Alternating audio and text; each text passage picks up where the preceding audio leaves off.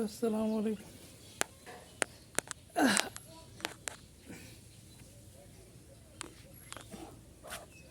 ঘাস কয় পূজা গো?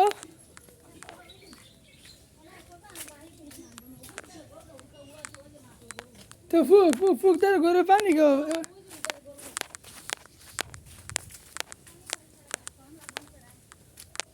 গরু ঘাস এই গরুর পানি গো।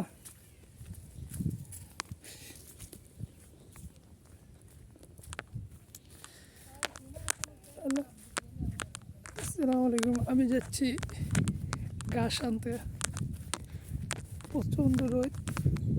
কিছুক্ষণ আগে গরু আনছি, এখন যাচ্ছি ঘাস আনতে। আছি আলহামদুলিল্লাহ, ভালো আছেন গো? রুবেলের খবর কি? ঢাকা? ও কোথায় থাকে জানি? সুন্দরবন? কার দোকানে? ও যাক, মাশাল্লাহ। আপনাদেরকে যে জিনিসটা দেখাতে যাচ্ছে সেটা কিন্তু আমাদের এখানে, এটা কিন্তু দেখতে পাচ্ছেন ভুট্টা গাছ, যেটাকে বলে ভুট্টা।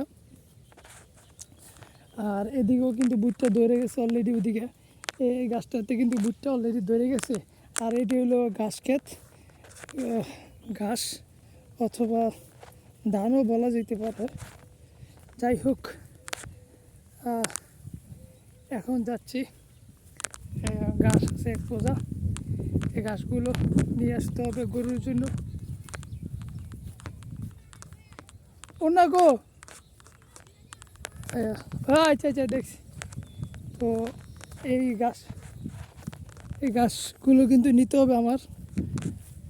গ্রামে থাকলে বহু কষ্ট। এটি হলো আমার ঘাসের ওড়না। তো এটা দিয়া কিন্তু আমি ঘাস নিব বাসায়। তো দেখতে পাচ্ছেন আসলে অনেক কষ্ট। গ্রাম অঞ্চলে কাজ করা মানুষ খেটে খায়, বহুত কষ্ট হয়েছে। হ্যাঁ, কোনটা এটা? এই ছোট ইয়েটা হইব? এই বড় দিয়েছি না দিবি? এটা হইব, হইলে দে, বাইন্দা দে।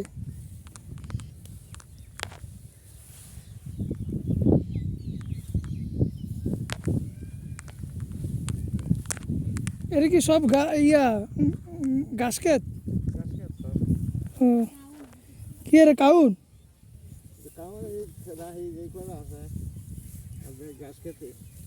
ও, এটা কি একবারে শেষ পর্যন্ত খালি ঘাস খেতি না?